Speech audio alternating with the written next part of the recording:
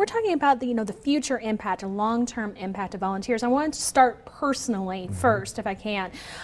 What do you see, Barry, for those people that volunteer for a long period of time? What do you see them getting out of it? Well, I think you have 4 people on the show today who have spent a lot of time volunteering, in some cases with the same organization for over a decade. And I think we see the commitment that we feel, but we see the opportunities that volunteering can offer to people. And so getting the right match, finding that place where you're going to feel comfortable and you feel you can make a significant difference really can make a tremendous difference to the volunteer, obviously also to the agency. People they ask, how can I help? And we talk about something we call Living United. This is a nationwide effort and something certainly it's taking place in Indiana. Giving, advocating, and volunteering. Those 3 legs, just like as Chancellor Weikart talked about, the 3 legs at Ivy Tech, those 3 legs of helping the community are the ones that will make a tremendous difference for improving people's lives. Okay, well, let's talk also about the future of these organizations and what they're going to need as our economy, I don't know, worsens or gets better a little bit. Beck, can you talk about that? What are we going to have to see from volunteers and volunteer networks in the future?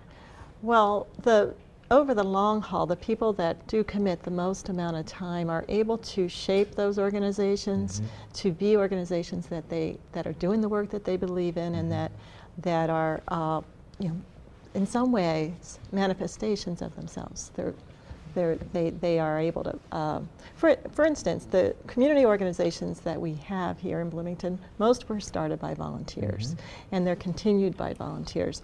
One of the trends in volunteering is that people want to volunteer for shorter periods of time. They want to volunteer for events, and that's fine. That's a nice way to get into it, and to experiment or check out different organizations and where the fit is. But it's the people that commit over the long haul to put their hearts and souls into it that will make a difference as far as sustaining the organizations through this economic downturn.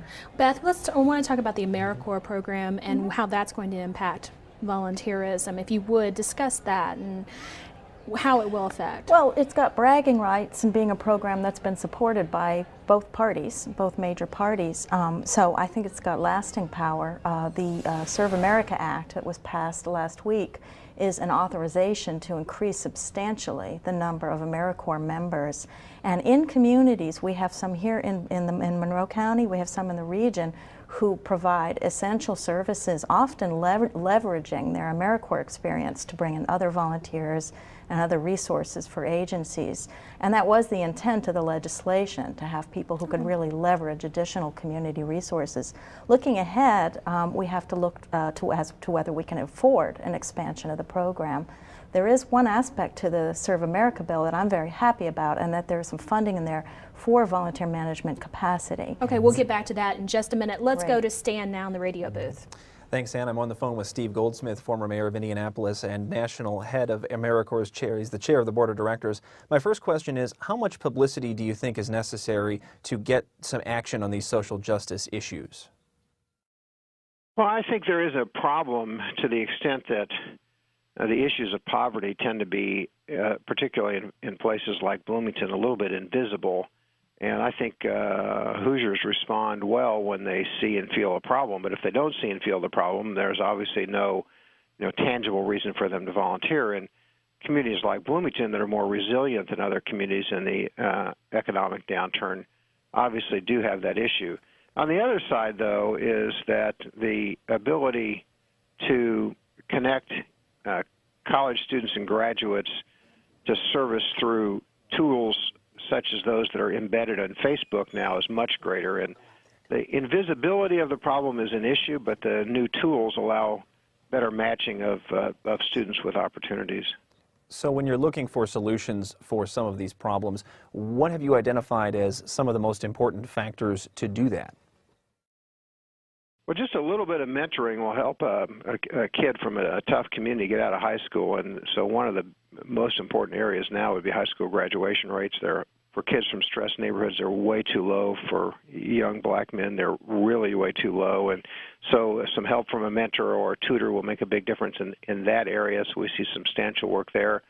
We're beginning to look at how we can help with homelessness, including people who had been innocent renters in a house that's foreclosed, and they're now on the street. So some of the issues of mortgage foreclosure and the like. So generally, the group of things that you would think would be the most obvious, in fact, are, but with maybe a concentration now on education.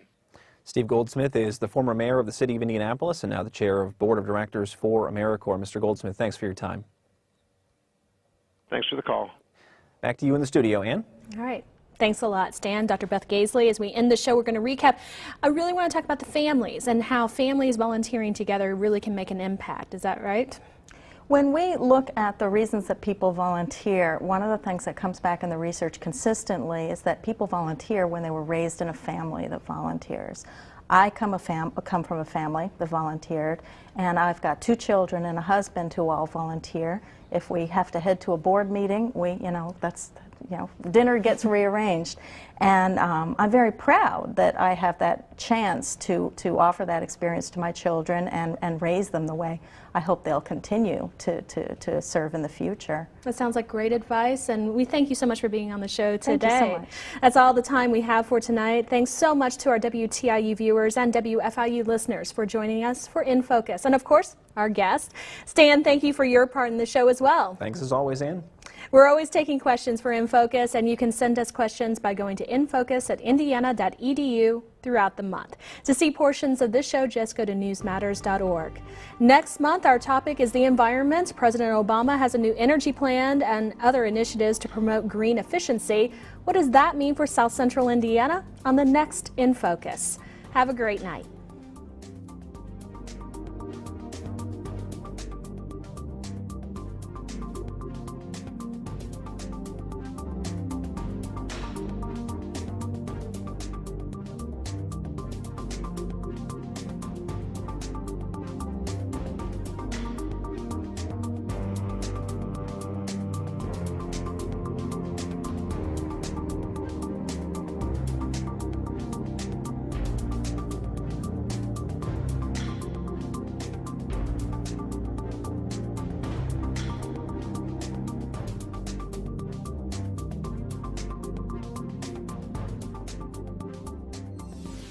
Production support for InFocus is provided by Hoosier Energy, providing electricity for Central and Southern Indiana electric cooperatives and their member customers. Information at hepn.com.